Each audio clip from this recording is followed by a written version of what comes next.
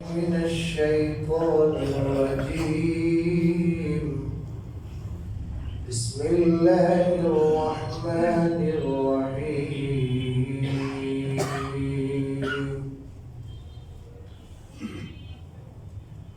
وما خلقت الجن والإنس إلا ليعبدون. بارك الله لنا ولكم في القرآن العظيم ونفعنا وإياكم بالآيات والذكر الحكيم. بلغ المرسلين الكرام. প্রথমেই মহান রব্বুল আলামিনের দরবারে শুকরিয়া জ্ঞাপন করি, যিনি আমাদের সবাইকে অত্যন্ত দয়া মেহেরবানি করে তার ঘরে হাজিরা দেওয়ার তৌফিক দান করেছেন। আলহামদুলিল্লাহ। জুমার নামাজের দিন, জুমার নামাজের আগে, জুমার নামাজের আগে আমরা কোরআন ও সুন্নাহর আলোকে কিছু আলোচনা করি। এটা নিছক আনুষ্ঠানিকতা নয়, কোন কোন হাদিসের দ্বারা প্রমাণিত আছে। হযরত আবু হুরায়রা রাদিয়াল্লাহু তাআলা জুমার নামাজের আগে কিছু বয়ান করতেন, এটা প্রমাণও আছে। তো আমরা এটাকে যদি আনুষ্ঠানিকতা মনে করি আর আসলাম, কিছুক্ষণ বসলাম, আলোচনা শুনলাম আর চলে গেলাম, এমন হইলে আমাদের এই বয়ানের দ্বারা কোনো ফায়দা হবে না। ফায়দা তখন হবে যখন আমরা আমাদের মনকে খালি করে, আমাদের মনের প্রবণতা, ঝোঁক, আমাদের সামাজিক অনেক চিন্তা থাকে, অনেক আগের থেকে চলে আসা অনেক ভ্রান্ত অনেক জিনিসের মধ্যে আমরা লিপ্ত থাকি। আমাদের মনের মধ্যে এই সবগুলোই থাকে। আর কোরআন হাদিসের কিছু কথা শুনলাম, আমাদের মনে যদি সায় দেয়, ঠিক আছে, তাহলে মানলাম। আর আগের থেকে চলে আসা যে মতবাদ আমি লালন করি, যে চিন্তা আমি লালন করি, এটার বিরুদ্ধে হলে বা না হুজুর এটা মানতাম। অথবা দেখা যায় যে আমার মনে চাচ্ছে না এটা, আমি এতদিন যাবত একটা সিস্টেমে চলে আসছি, আপনি কইতেছেন আরেকটা, যেমন মানব করি। একজন মুসলমান, একজন মুমিন ততক্ষণ পর্যন্ত মুমিন হতে পারে না, এটা সহিহ বুখারীর হাদিস। যতক্ষণ পর্যন্ত তার মনের যে আবেগ, মনের যে খাহেশ, সেটা রাসূলুল্লাহ সাল্লাল্লাহু আলাইহি ওয়াসাল্লামের আনিত দ্বীন এবং শরিয়ার অনুগামী না হয়, লা ইউমিনু আহাদুকুম হাত্তা ইয়াকুনা হাওয়াহু তাবাআন লিমা জিতু বিহি। আমার মনে চাওয়া, আমার মনের ঝোঁক একটা, কিন্তু আল্লাহ রাসূলের যে শরীয়ত নিয়ে আসছেন এটা ভিন্ন। এখন যদি আমার মনের ঝোঁকটা একদিকে আর শরীয়ত আরেকদিকে, তাহলে আল্লাহ রাসূল বলেন আপনি মুমিন হতে পারেন, আমি মুমিন হতে পারবো না।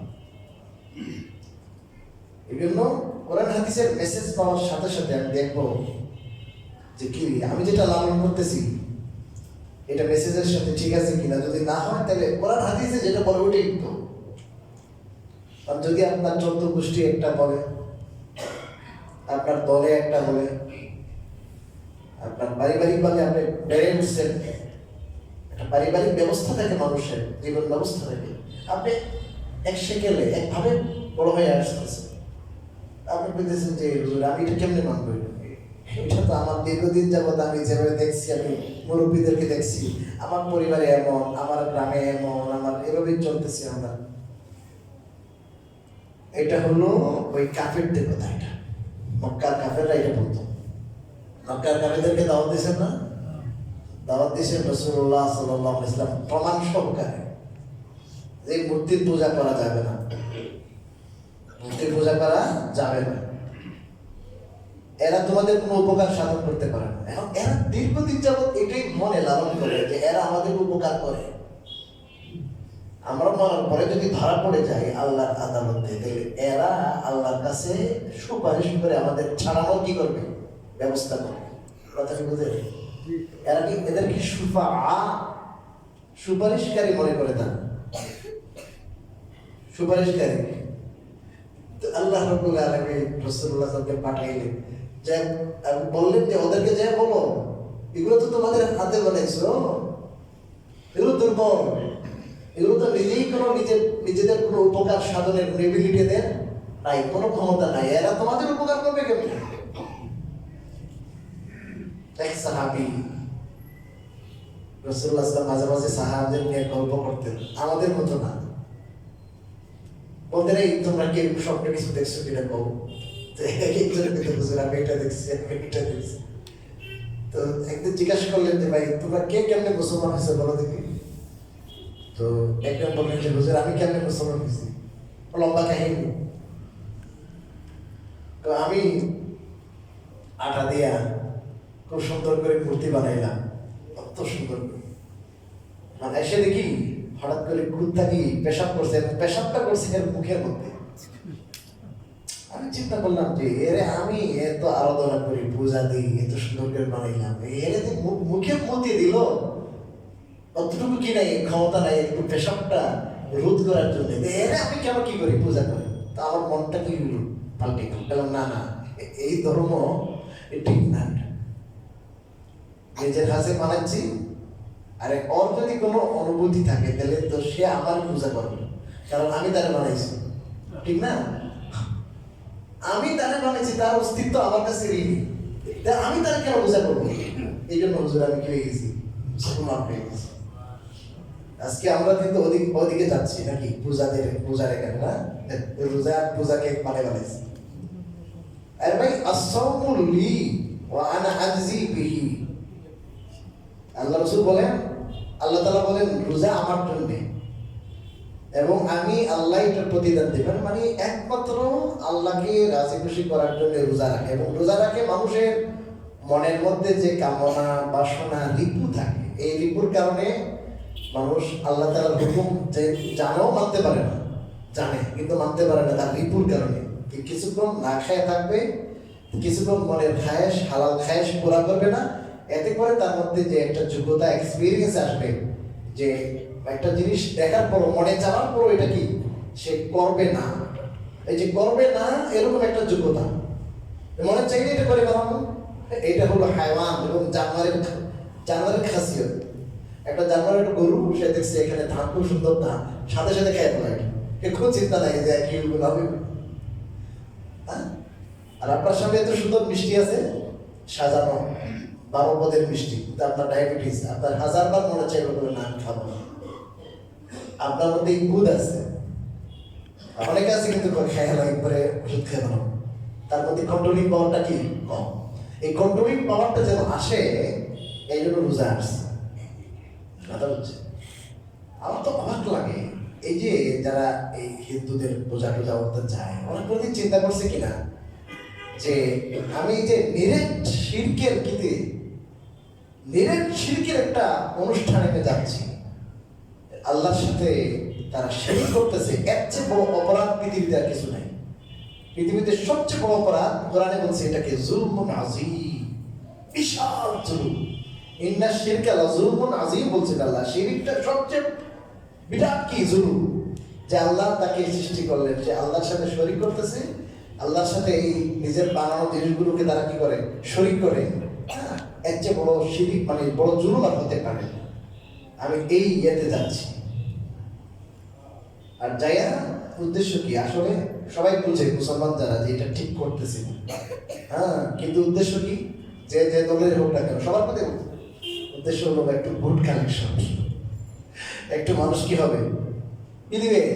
আরে আপনি ভোটের জন্য যাবেন কেন, কেন আপনি দুর্নীতি করবেন না, আপনি দুর্নীতি করবেন না, সবার সাথে সুবিচার করবেন, ন্যায় বিচার করেন আপনি, আপনার নামে কোনো দুর্নীতি নাই, আপনি সবার সাথে ইনসাফের আচরণ করেন, আপনাকে দেখবে কি এত ভালো, এদের তো কোনো দুর্নীতি নাই, এরা টাকা পয়সা পাইয়া পদ পদবি পাইয়া কোনো ধরনের কি করে নাই, পদের অপব্যবহার করে নাই। আপনাকে এমনি বুদ্ধি, আপনার ওখানে যাওয়া লাগবে না। আর আপনি যদি এখানে যান, আর যাওয়ার পরও যদি এরা নিজেরাই বুঝবে যে এরা তো আসলে আমাদের লোক না, কিন্তু কি আসছে কিন্তু এই স্বার্থে। মানুষ কিন্তু কাঁচা মাছ খায় না, মানুষের বুঝে অনেক কিছু। আমি একজনের নাম না বলেই পারলাম না, একজন ধর্মমন্ত্রী ছিলেন এই বাংলাদেশের, একজন আগে দুইবার ধর্মমন্ত্রী ছিলেন, উনি মুফতি ওয়াক্কাস, যশোর ইরানপুর। বাংলাদেশের বহু বড় মুফতি ছিলেন, ফকি ছিলেন, দেওবন্দের পাশ করা আলেম। উনি কিন্তু ধর্মমন্ত্রী এরশাদ সাহেবের আমলে ছিলেন, কিন্তু উনি এই ধরনের ইয়েতে যেতেন না কোনদিন। অথচ ওনার এলাকার হিন্দুরা ওনার পাগল, এত বর্তমানে ইন্তেকালের পরে কান্না করছে এরা। কেন? উনি ইনসাফ কায়েম করছে, ওদের নিরাপত্তার ব্যবস্থা করেছেন, সরকার পক্ষ থেকে যা যা আসছে এগুলো সুষম বন্টন উনি করেছেন। এরা মুসলমান এই জন্য এদেরকে দেব বেশি, এরা হিন্দু এই জন্য দেব না, এদেরকে বঞ্চিত করবো, এটা না। প্রত্যেকের দুঃখে সুখে তাদের পাশে দাঁড়াইছে। এই জন্য চিন্তা করছে উনি আমাদের পূজাতে আসার দরকার নেই, উনি ওনার একটা ধর্ম নিয়ে আসছে। আমি কেন উনি ধর্মকে ইয়ে করবে, ব্যবসা করবে কেন? ধর্ম ব্যবসা করে নাই, কিন্তু উনি মন্ত্রী হয়েছেন, এমপিও হয়েছে। এটা বোঝানোর জন্য কথা বললাম, রাজনৈতিক বক্তব্য না। আবার আপনার মনে করেন রাজনৈতিক বক্তৃতা দিচ্ছে। তা আমি যদি রাজনীতির নামে যদি আমার ধর্মকে শেষ করে ফেলাই, তাহলে আমি যদি আমার সামান্য একটা গুটের কারণে যদি আমি আমার দিন ধর্মকে আমি একবারে দুরিশ্বাস করে ফেলি, এই কথাটা বলবে কে বলেন দেখি? আমরা বলতে হবে না? আমাদের হযরত মুফতি আব্দুল মালিক সাহেব দামত বারাকাত, উনি বাইতুল মুকাররমে এই কথা বলছেন গত সপ্তাহে, আপনি দেখবেন নেটে আছে। কঠিনভাবে বলছেন, কঠিনভাবে বলছেন উনি। এই জন্য প্রত্যেকে যার যার দল করেন, প্রত্যেকে আল্লাহ তার বুদ্ধ দিচ্ছেন, বিচারের যোগ্যতা দিচ্ছেন, আপনি আপনার ইচ্ছা আছে, কিন্তু শিরকের সাথে কম্প্রোমাইজ হয়, এটা সাফ কথা। কোন শিরকের সাথে কম্প্রোমাইজ করবো না। আমাদের স্বকীয়তা স্বাতন্ত্র ধর্মের। ভাই ভাই ঈদুল ফিতর, আচ্ছা আমরা গোশত খাই, ঈদুল আজহা আমাদের অনুষ্ঠানে ওরা আসে কি ভাই? ঈদুল ফিতরে ঈদে কি এরা আসে? কই, আমাদের ঈদুল ফিতরে তো এরা আসে না, আমাদের ঈদুল আজহাতে এত আসে না। এত বেশি প্রীতি দেখেন কেন? বরং আমাদের ঈদুল আজহা নিয়ে যে জঘন্য কথাবার্তা তারা বলে, জানেন আমরা এতগুলো পশু নিধন করি, এগুলো কোথায় পেয়েছি আমরা? ধর্মের বিরুদ্ধে এদের কলামিস্টরা, এদের তথ্য সন্ত্রাসীরা যে কথাগুলো বলে। ইসকনটা কি করে জানেন? ইসকনটা এখন যে ধরনের ফায়দা করছে মুসলমান মেয়েদেরকে বিভিন্ন ভাবে তারা পেতে ওদের পিছিয়ে লাগে, প্রেমের কি দেয়, বিভিন্ন প্রেমের নামে এদেরকে ধর্ষণ করে, ওদের জীবন শেষ করে। অনেক সময় হিন্দু বানায়, হিন্দু বানাইতে না পারে হয়তো একবারে শেষ করে ফেলে, মেরে ফেলে, আর না হয় পরিত্যক্ত করে ছেড়ে দেয়। এই ধরনের বহু নেটের মধ্যেও আছে, এবং নেট ছাড়া অফলাইনেও কিন্তু বহু ঘটনা আমাদের জানা আছে। এই ইসকনের সদস্যরা এই কাজ করে যাচ্ছে, এই কাজ করতেছে ইসকনের সদস্যরা। এই প্রতারক, এই ইসকনদের প্রতারণা থেকে এই যে আলিফ হত্যা করেছে, কারণ ইসকনটা করেছে, এবং রাষ্ট্রের উপরে পর্যন্ত প্রেশার দিচ্ছে বিভিন্ন বাহিনী ভিতরের বাইরে, যে ওকে কি দেওয়া হোক, ওকে মামলা থেকে অব্যাহতি দেওয়া হোক, কমপক্ষে জামিন দেওয়া হোক। আর ভিতর থেকে আমাদের ওলামায়ে কেরাম, আমাদের যে ধর্মীয় সেন্স যাদের আছে, ওনারা প্রেশার দিচ্ছেন যে খবরদার এটাকে জামিন দেওয়া যাবে না। এতদিন পর্যন্ত যদি কোনো মুসলমানই কাজ করতো, এই দেশে আগুন জ্বলতো, আগুন। ভারতে কি হতো জানি না, যে একজন হিন্দুকে এরকম কি মেরে ফেলছে। সাধারণ একটা হিন্দুকে যদি এরকম মারা হতো, দেশে আগুন জ্বলতো, পুরো মিডিয়া গরম হয়ে যেত। কিন্তু করছে কি? ইসকনে করছে, এই জন্য এদের বিচার দেয়। এই দেশে যে তারা বর্তমান মুসলমানদের থেকে আরো বেশি কি পাচ্ছে, মুসলমানদের থেকে বেশি সুবিধা পাইতেছে এরা। আর তারা বিভিন্ন বাইরের রাষ্ট্রে জায়গায়, বিভিন্ন জায়গায় যায় মুসলমানদের বিরুদ্ধে অভিযোগ করে, এখানে আমরা মজলুম আছি, এটা এত মুসলমান ছিল, হিন্দু ছিল, এখন এত হিন্দু, মানে এত হিন্দু কি হয়েছে? এরা নাই, এদেরকে মেরে ফেলছে। তো আমাদের বিরুদ্ধে, ধর্মের বিরুদ্ধে, মুসলমানদের বিরুদ্ধে এরা বিষোদ্গার করতেছে। এর অপতত্ত্ব দিচ্ছে বাইরে। আমরা তাদের সাথে এত প্রীতি, আমাদের ধর্মকে দুরিশ্বাস করে, ধর্মের যে বাদ আছে এ বাদকে সরাই আমি কেন দেখতেছি ওদের সাথে? কোন ইসলামী রাষ্ট্র আপনি ক্যাম্প করেন? রাসূলুল্লাহ সাল্লাল্লাহু আলাইহি ওয়াসাল্লাম উনি রাষ্ট্রনায়ক ছিলেন। আমি যদি রাষ্ট্রনায়ক হতে চাই, আমি রাসূলুল্লাহ সাল্লামকে আদর্শ মানতে হবে, উসওয়া মানতে হবে। উনি কম্প্রোমাইজ করছেন? আর ভাই ওনার কাছে আসছে তো কইছেন না না কোনো কম্প্রোমাইজ। তোমাদের দিন তোমাদের জন্য, আমার দিন আমার জন্য, লাকুম দীনুকুম ওয়ালিয়া দীন, হবে না? ছোট ছাড় নাই, বিন্দু পরিমাণ ছাড় নাই। রাসূলুল্লাহ সাল্লাল্লাহু একজন রাষ্ট্রনায়ক হিসাবে রাসূলের সাহাবাদেরকে আল্লাহ কি বলেছেন? আল্লাযীনা ইম্মাক্কানাহুম ফিল আরদি আকামুস সালাহ ওয়া আতাউয যাকাহ ওয়া আমারু বিল মা'রুফ ওয়া নাহাউ আনিল মুনকার। তাদেরকে যদি আমি ক্ষমতা দিই, তাদেরকে দুনিয়া যদি আমি কি দিই বলেন, ক্ষমতা দিই, ক্ষমতা দিলে তারা কিভাবে রাষ্ট্র চালাবে? দেখেন আল্লাহ নিজে বলতেছে, এক নম্বরে তারা নামাজ কায়েম করবে, নামাজ কায়েম করবে, পুরা দেশে সমস্ত মুসলমানদেরকে বাধ্য করবে নামাজ পড়তে হবে তোমাদের। এবং বালেক যারা প্রাপ্তবয়স্ক মসজিদে আসতে বাধ্য, কোনো দোকান খোলা রাখা যাবে না, নামাজের টাইমে কোনো দোকান কি থাকবে না, খোলা থাকবে না, ব্যবস্থা করবে, নামাজ কায়েম করবে, সমস্ত মুসলমান নামাজি হবে, জমাতে যাবার মুসলমান, ফজর মুসলমান থাকবে, এরকম সময়। এটা এ তো ইসলামের কথা বলি, কই নামাজ কায়েমের চিন্তাই তো করি না। আরে নামাজ কায়েম করতে হলে প্রথমে তো তার মধ্যে বোধ সৃষ্টি করতে হবে, তার মনের মধ্যে এটা আসতে হবে যে আমাকে নামাজ পড়তে হবে। আজকে ৮০% মানুষ নামাজ পড়ে না, এদেরকে নিয়ে আপনি ইসলাম হুকুমত কায়েম করে করবেন? ৮০% মানুষ বেনামাজি, নামাজ নাই এদের। প্রথম হলো মানুষের মনের মধ্যে দিনের প্রতি যে আবেগ, দিনের প্রতি যে দুর্বলতা, এই জিনিসটা আগে আসতে হবে। এবং তকবীরটা আমাদের মেহনত করতে হবে, ভাই রাষ্ট্রের কোন কাম করতেছে না, আমি ইসলামী হুকুমত দরকার। আচ্ছা চোখের দরকার, এটা বলে কি করছে, কানের কোনো দরকার নেই। আরে ভাই চোখেরও দরকার, কানেরও দরকার। রাষ্ট্রে যেমন ইসলামকে নিয়ে আসতে হবে, ঠিক তদ্রুপভাবে এটার পরিবেশ করার জন্য যে মেহনত, যেটা প্রাথমিক মেহনত, এটা বড় মেহনত। মানুষের মনের মধ্যে যে ধর্মের প্রতি প্রীতি, ধর্মের দাওয়াত, দ্বীনের মৌলিক জিনিস নামাজ, আপনাকে অস্বীকার করতে পারবেন? আজকে যে দাওয়াত তাবলীগের উসিলায় যে লাখ লাখ মানুষ কি বেনামাজি নামাজি দিছে, এটা কি অস্বীকার করতে পারবে?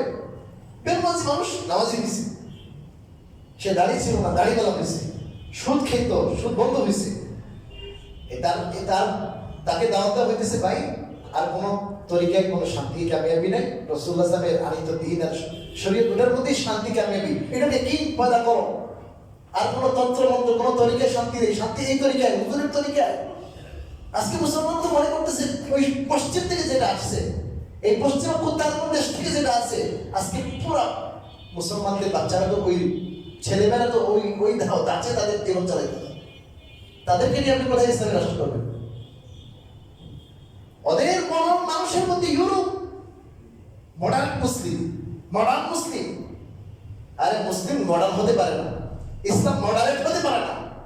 ইসলাম ওইটাই সত্য যেটা ১৪০০ বছর আগে ছিল, ওইটাই সত্য ইসলাম। এবং যেটা আদর্শ মানকারী হলে সাহাবা ইকরাম, এরা স্যাম্পল ওইটাই ইসলাম। এবং যদি কেউ কি করে তালেবানি হুকুমত কায়েম করে বানাইছে, বলতেছে তালেবানি হুকুমত, তালেবানি কায়দা না। তালেবানি কি করছে? আল্লাহ রাব্বুল আলামিন কি বলছেন নামাজের পরে? আল্লাযীনা ইম্মাক্কানাহুম ফিল আরদি আকামুস সালাহ ওয়া আতাউয যাকাহ, তারা যাকাত প্রদান করবে, যাকাতের ব্যবস্থা করবে। রাষ্ট্রের কোনো মানুষ যেন যাকাত দেওয়া থেকে বিরত আপনার না থাকে, সবাই কি দিবে? যাকাত দিবে, কোনো বিক্ষোভ পাওয়া যাবে না, বাইরে দিতে হবে। বাইরে সমস্ত ধনী মানুষ, হাজার হাজার কোটি টাকা, বাংলাদেশে একটা অসম রাষ্ট্র ব্যবস্থা, গরিব অতি গরিব কিছু নাই, দিনে আনে দিনে খায়, এর চেয়ে নিচে আছে আরো আছে। আর হাজার হাজার কোটি টাকা ১৪ সিঁড়ি খেয়ে শেষ করতে পারবে না, হাজার হাজার কোটি টাকার মালিক। কিন্তু জাকাত ওরকম দেওয়া হয় না।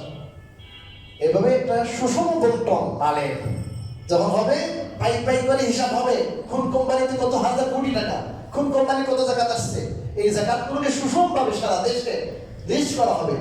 এই দেশে আপনার নিম্নবিত্ত কত, উচ্চবিত্ত কত, কত মানুষ দিনে আনে দিনে খায়, বিধবা কত, এতিম কত, এগুলো লিস্ট করে সুন্দরভাবে যখন সবার কাছে আপনার পৌঁছে যাবে জাকাত, এই দেশে গরিব নাই, সুদ নাই, ডাকাত নাই, রাহাজারিকারী নাই, ছিনতাইকারী নাই। কেন? অভাব নাই দেশে। কি নাই? অভাব নাই দেশে। এখন তো বাইরে থেকে রিলিফ আসলে ওই সরকারি কোষাগারে আপনার ওটা নিয়ে নেন এবং বিভিন্নভাবে পরে দিচ্ছি, দেবো, নিজের পেটে ঢুকাই ফেলায়। ত্রাণের জন্য টাকা আসছে সৌদি থেকে, কয়েক কোটি টাকা আসছে, টাকা মেরে দিচ্ছে, মানুষের পায় নাই। একাধিকবার হয়েছে, একবার দুইবার নয়। বাইরের থেকে ত্রাণ আসে, রিলিফ আসে, আমাদের নিজেদের টাকা, অফারের টাকা, এদের মধ্যে মানবতা বোঝাচ্ছে। এই গরিব মানুষ, বিপদী মানুষ, বন্যায় দুর্গত, এই ধরনের মানুষের জন্য টাকা আসছে, ওটা বাড়ি দিচ্ছে, আছে না? কারণ তার মধ্যে কি নাই? ওই ভূত নাই, দুর্নীতি করে। আর যখন আপনার মধ্যে কি আসবে? দিন আসবে, আল্লাহ ভীতি আসবে, আখিরাতের হিসাব দেওয়ার যে একটা ভয়, ওটা যখন থাকবে, তখন দেখবেন সমস্ত ধনী মানুষরা গরিবদের প্রতি সহায়ক হবে, জাকাত দিবে, জাকাতের বাইরেও দিবে, চুরি ডাকাতি করবে না, মানুষের হক নষ্ট করবে না, জাকাত বস ফিতনা দূর হয়ে যাবে। আর তারপর বলেছেন আল্লাহ তাআলা, রাষ্ট্র কায়েম করলে আমারু বিল মারুফ, এই দুই কথা বলেছেন পরিষ্কার। এরপরে বলছেন আমারু বিল মারুফ, সৎ কাজের আদেশ করবে, যত সৎ কাজ গুলোর আদেশ করবে, এই কাজ করো, এই কাজ করো, এই কাজ। শরীয়তে যত অবশ্য পালনীয় বিধান আছে, এগুলো তারা রাষ্ট্রীয়ভাবে কি করবে? এগুলোকে রাষ্ট্রীয়ভাবে এগুলো কায়েম করবে। অবশ্য পালনীয় যত বিধান আছে, পর্দার বিধান, অবশ্য পালনীয় বিধান, পর্দার বিধান কোরআনে কারিমে বহু আয়াতের দ্বারা আছে, সূরা আহজাবে আছে, সূরা নূরে আছে। এখন কইবেন যে ভাই এটা তো মহিলা করে, তো বোরকার ভিতরে এরা তালেবানে বোরকার ভিতরে ঢুকে পালিস, এটা তো মহিলাদের সাংবাদিকতা নিষেধ করে ফেলছে, মহিলারা সাংবাদিক হিসেবে আসতে পারবে না। এটা কি? এটা কি সংকীর্ণতা? ভাই সংবাদকর্মী তার কাজ কি? সংবাদটা কি করবে? আপনাকে দিবে। এটা কি মহিলা হওয়া জরুরি বলেন? এই মহিলা ভিতরে হবে এমন কোন প্রয়োজন আছে কি বলেন? প্রয়োজন তো নাই তার, কেন সে সাংবাদিক হবে? এবং এই যে আপনার যে সমস্ত বাংলাদেশে আমি নাম বললাম না মিডিয়াগুলো, ওই সমস্ত মিডিয়ায় যে মেয়েরা চাকরি করে, তথ্য নেবেন একটু আপনারা, তথ্য নেবেন কতগুলো কি দুর্ঘটনা ঘটে, তথ্য নেবেন ওখানে। কি দরকার? সে কিভাবে স্মার্ট একদম নেই হইয়া, বেপরদা হইয়া সারা মানুষের সামনে সে আকর্ষণীয় অঙ্গভঙ্গি দিচ্ছে, সংবাদ পরিবেশন করবে। এটা যদি তালেবানি করতে না দেয়, এরা তো কি মেয়েদের কি দেয়? অধিকার দেয়। আরে আপনি অধিকার কোনটা বুঝছেন? অধিকার বুঝেন? আপনি অধিকার কত বুঝেন? আপনার যথাযথ সংবাদ যেটা, এটা আপনার কানে যাওয়া দরকার। এটা তো যে কেউ দিলেই হয়। যেখানে ফেতনা, এখানে এটা রিপোর্ট করলে তো হয়ে যায়। মেয়েদের ব্যাপারে আল্লাহ কোরআনে বলছেন মেয়েরা ঘরে থাকবে, প্রয়োজন হলে বের হবে। আল্লাহ বলছেন কোরআনে ওয়াকারনা ফি বুয়ুতিকুম, আর আপনি কাটছাট করে ইসলাম কায়েম করবেন নাকি?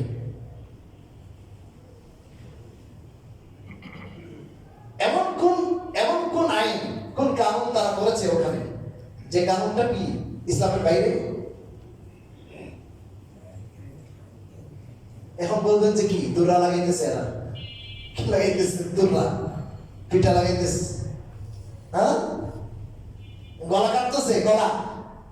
মৃত্যুদণ্ড কি ফাঁসি নয়, ওখানে মৃত্যুদণ্ড কেটে ফেলবে, উড়াই ফেলাইবে, গন্ডার উড়াইয়ে দেবে, সৌদিতে যেমন। এটা তো কোরআনে আল্লাহ পরিষ্কার বিধান আছে, কোরআনের বিধান। কেউ যদি কাউকে নাহক ভাবে হত্যাই করে, অন্যায়ভাবে, তার গলা কাটা হবে। দুনিয়ায় তাকে থাকতে দেওয়া হবে না, ফাঁসি দেওয়া নয়, তার গলা কেটে হত্যা করা হবে। কোরআনের বিধান। এখন যদি আপনার কোরআনের বিধান মানতে মনে না চায়, আপনি বলেন যে আমি কোরআন মানি না, আমি এটা বলে দিলাম, কিলিং কাট করেন। আপনি মুসলমান দাবি করবেন, আবার এই হত্যার বিধান আপনি মানতে পারেন না। কোন মানুষ যদি ব্যভিচার করে, বিবাহিত, তাকে রজম করে পাথর মেরে মেরে তাকে হত্যা করা হবে, আপনি মেরে দিতে পারেন না। এটা বলেন যে আমি কোরআনের এই বিধান, আয-যানিয়াতু ওয়াজ-যানি ফারজুমুহুমা, আশ-শাইখু ওয়াশ-শাইখাতু ইযা জানায়া ফারজুমুহুমা, কোরআনের আয়াত ছিল এটা হুকুম আছে এখনো, যে বিবাহিত পুরুষ বিবাহিত নারী ব্যভিচার করলে এদেরকে রজম করো, রজম প্রস্তর আঘাতে হত্যা করো। মুসলিমে আছে, বুখারীতে আছে, কোরআনের আয়াত ছিল, এটা তেলাওয়াত মনসুখ, হুকুম আছে। যদি মানতে মনে না চাইলে বলেন যে এই হুকুম আমরা এই জামানায় এই কালে মানতে পারবো না, কাটছাট করতে হবে, এছাড়া পারতাছি না, এটা বলেন। এই জন্য ভাই ইসলাম যেটা ১৫০০ বছর আগে ছিল ওটাই ইসলাম, সাহাবায়ে কেরাম যে ইসলাম কায়েম করেছেন ওটাই ইসলাম। এটাকে কেউ যদি মনে করে যে এরা অত্যন্ত বাড়াবাড়ি করে, ইসলামের নামে বাড়াবাড়ি করে, যেটা এই সমাজে এখন খাবে না, এই জন্য ওই ইসলামকে আমরা পেশ করলে মানুষে নেবে না, তাহলে তো আপনি ইসলামকে বিকৃত করে ফেললেন। এই বিকৃত ইসলাম নয়, একবারে হুবহু আদি ইসলাম যেটা ওটা পেশ করতে হবে।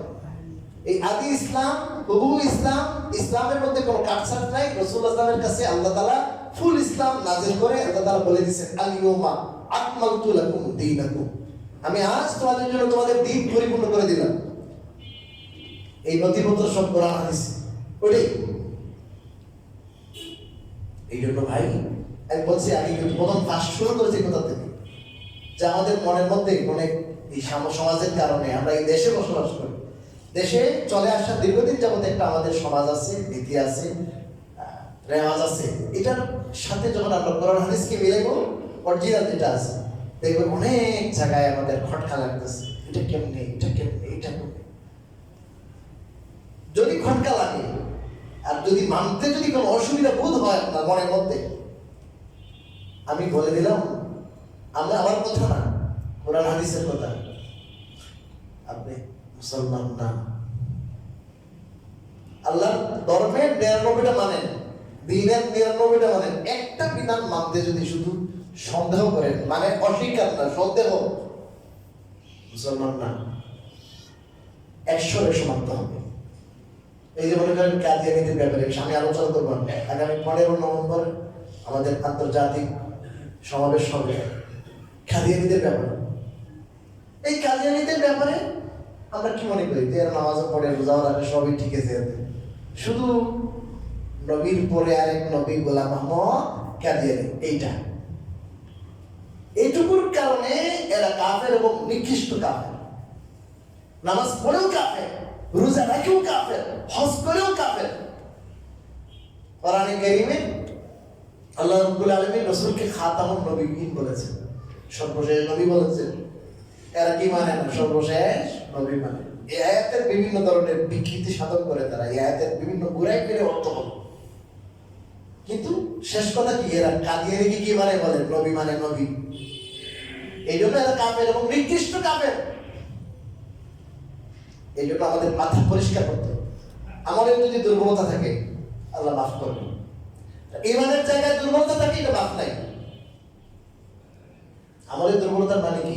আপনি বুঝতেছেন যে নামাজ ফরজ, রোজা ফরজ, হজ ফরজ, জানেন বুঝেন, কিন্তু এখানে আপনার ডিলিমির কারণে অথবা আপনার ভালো লাগতেছে না, অলসতা, সময় পান নাই, যে কোনো কারণে আপনার একটু কি হয়ে গেছে, অলসতা বশত, গাফলিতির কারণে আপনার ত্রুটি হয়ে গেছে। আপনি আল্লাহর কাছে ক্ষমা চাইলে আল্লাহ হয়তো ক্ষমা করবে। আর যদি ইমান ইসলামের যে কোনো অবশ্য পালনীয় বিধান কোরআন হাদিসের দ্বারা যে প্রমাণিত সত্য, এমন কোনো জিনিসকে যদি আপনি মানতে আপনার অসুবিধা বোধ হয়, আপনি মনে করেন এটা এই সমাজে বর্তমান চলবে না, এই ১৪০০ বছর আগের বিধান এখন প্রযোজ্য না, এখন মানুষ মডার্ন ডিজিটাল যুগে এটা চলবে না, এটাকে যদি আপনি না মানেন, এই ব্যাপারে যদি আপনার কোনো সন্দেহ থাকে, সন্দেহ পোষণ করেন, তাহলে আপনি মুসলমান না। এটা আমাদের মাথায় রাখতে হবে। ইসলামী হুকুমত কায়েম করলে আল্লাহ বলে দিয়েছেন কি কাজ করতে হবে। বললাম নামাজ কায়েম করবেন, রোজা কায়েম করবেন, যাকাত দিবে, রোজা না যাকাত, এবং এরপরে আল্লাহ বলছেন সমস্ত অবশ্য পালনের বিধান, ভালো কাজের দাওয়াত দিবে। এগুলোকে তারা সরকারিভাবে চাপ সৃষ্টি করে, রাষ্ট্রীয়ভাবে এগুলোকে তারা পুরো রাষ্ট্রের মধ্যে এটা উজুতে নিয়ে আসবে। এবং যত ধরনের খারাপ কাজ আছে, অশ্লীলতা আছে, যত ধরনের আপনার বন্ধ কাজ আছে, এই যে আপনার ইয়াবা বাবা নেশা, এগুলো যে এখন ওপেন হয়ে গেছে, এগুলোকে একবারে ক্লোজ করে দিবে। এবং এগুলোকে ক্লোজ করার জন্য যত প্রেশার দেওয়া লাগে, এগুলো কোরআন হাদিসে আছে। 80টা কি মারা দৌড়া, 80টা পিঠা মারা পিঠা। একবার যদি কেউ মদ পান করে ধরা পড়ে, এরে সবার সামনে আইনিয়া 80টা বেত্রাঘাত করা হবে। চিন্তা করে, কেউ যদি একবার শরাব খায়, মদ খায়, তাহলে যদি 80টা কি পিঠা লাগানো হয়, তাহলে এর পিঠ লাল হয়ে যাবে, পিঠের অবস্থা কি হবে? এবং এর পরবর্তীতে আর কেউ শরাব মদ খাইব? এরকম বেবিচারের বিরুদ্ধে অপারেশন চালায়। বেবিচার ওপেন বেবিচার হবে না, গোপনও কোথাও বেবিচার করতে পারবে না, ধরা পড়লে খবর আছে। কোথাও হত্যা হবে না, কোনো জায়গায় হত্যা হয়ে গেলে সাথে সাথে বিচার। এই যে আফগানিস্তানের কালকে শুনলাম মধুপুরের বিশ্বাস, উনি গেছিলেন, কালকে ওনার সাথে সাক্ষাৎ করছিলাম। উনি বললেন যে ওনাদের প্রধান বিচারপতি হাক্কানি সাহেব বড় আগে, ওনার সাথে তো দেখা করার জন্য 6 মাস আগে শিডিউল দেওয়া লাগবে। আমাদের দেশে এরকম কোনো মন্ত্রীর সাথে আমাদের কোনো শিডিউল লাগে নাই, আমাদের সাথে দেখা দিচ্ছে। এই পাশে বসছে আমার প্রধান বিচারপতি। তো ওনাকে জিজ্ঞেস করলাম, আপনাদের বিচার ব্যবস্থার কি অবস্থা? শোনেন কথা, উনি বললেন আমাদের বিচার ব্যবস্থা হলো, এখানে আদালতে যে কেউ বিচার দায়ের করতে পারে, মামলা দায়ের করতে পারে, যে কেউ। এটার জন্য কোনো টাকা লাগে না। 2 নম্বর হলো, এটার জন্য যত দুর্বল হোক, পড়ালেখা নাই, কিছু নেই, সেও কোনো উকিল ধরতে হবে না, সে নিজেই মামলা নিজেই লড়বে। এবং 3 নম্বর হলো, যদি কেউ উকিল নিয়ে আসে, উকিল আনতে পারবে, সমস্যা নেই, কিন্তু ওখানে উকিলের ওরকম খরচ নাই যে আমার কথা আমি সুন্দর করে বুঝে দিতে পারি না, উকিল লাগবে, অ্যাভেলেবেল আছে, আসে। 3 নম্বর হলো, আপনার ওখানে 15 দিনের ভিতরে এই বিচার কার্য শেষ করতে হবে। 15 দিনের ভিতরে, 15 দিনের ভিতরে যদি সে বিচার করতে না পারে, তাহলে ওই বিচারকের বিচার হবে। কি হবে? ওই বিচারকের বিচার হবে। 15 দিনের ভিতরে ইনকোয়ারি করে যদি দেখে এটা অনেক বড় কেস, এটার ভিতরে অনেক কিছু গোলক দাদা আছে, তো উনি বলে দিবেন 15 দিন শেষ হওয়ার আগে প্রধান বিচারপতির বরাবর উনি আপিল করবেন যে জনাব, এই যে বিচার, এটা আমি ইনকোয়ারি করে দেখতেছি, এটা ন্যায় বিচার করতে গেলে যথাযথ তথ্য উপাত্তর এখনো ঘাটতি আছে, আমাকে একটু সময় দেন। তখন তাকে আর 1 সপ্তাহ সময় দেওয়া হয়। 6 সপ্তাহ, এই 21 দিনের ভিতরে ওটা শেষ করেন যেভাবে হোক, মানে সাথে সাথে বিচার। মানে একটা অন্যায় হয়েছে, এখন আপনি 3 বছর পরে 4 বছর পরে বলছেন এটা কি হয়েছে, এরপরে চাচ্ছি, আরে বাবা রে, এই জামিন করাইতে লাগে 3 বছর। হ্যাঁ,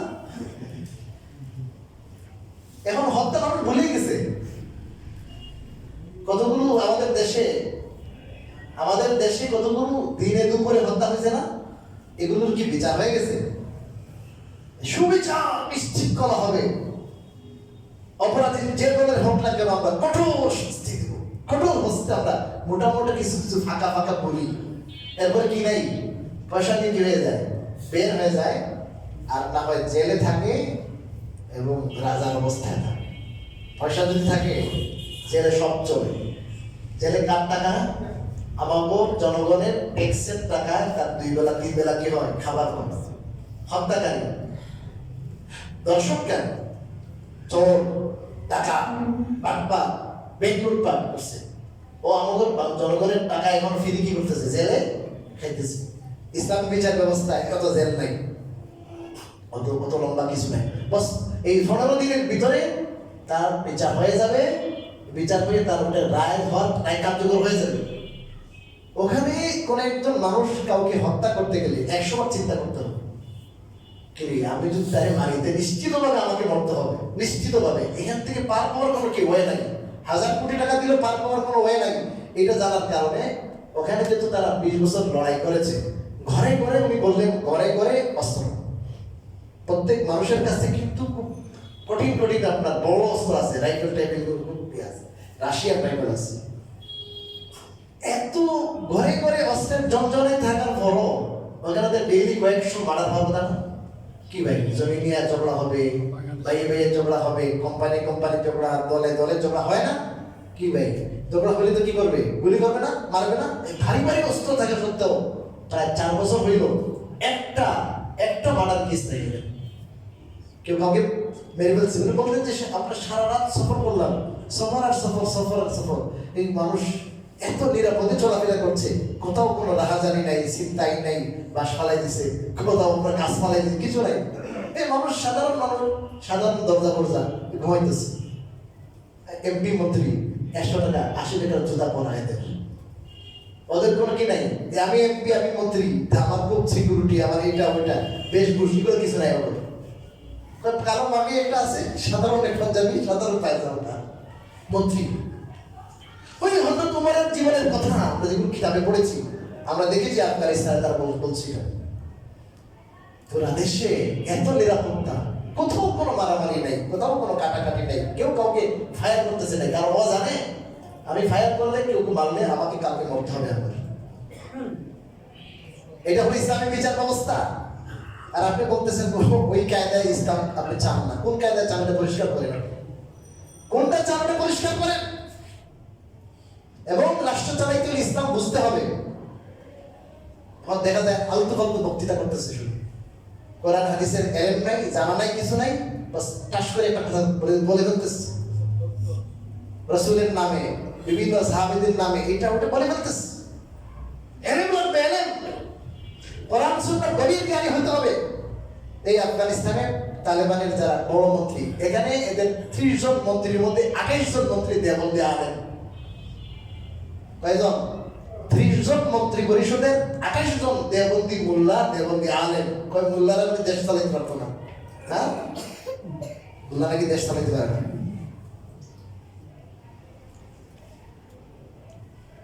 এই জন্য ইসলামের নামে কোনো কম্প্রোমাইজ করে এটা করবো না। ইসলাম যেটা আদি ইসলাম, রাসূলের জামানায় যে ইসলাম ছিল, হুবহু ওই ইসলাম আমরা মানুষকে প্রকাশ করতে হবে। মানুষ আমাকে নিলেও ভালো, না নিলেও ভালো, ওই ইসলাম না।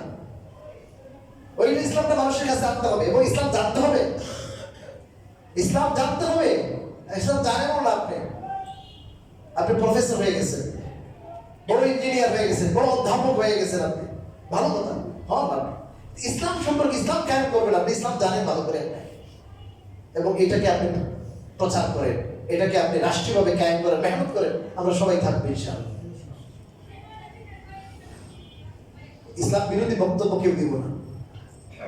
আপনি শরিয়া মানবেন না, আপনি বলেন যে ভাই আমি এই জায়গায় দুর্বল, কিন্তু আমি যদি চাই না বলতেন না, শরিয়া আইন চাই না, কেউ বলে এটা বলতেন কেন শরিয়া চাইবেন না?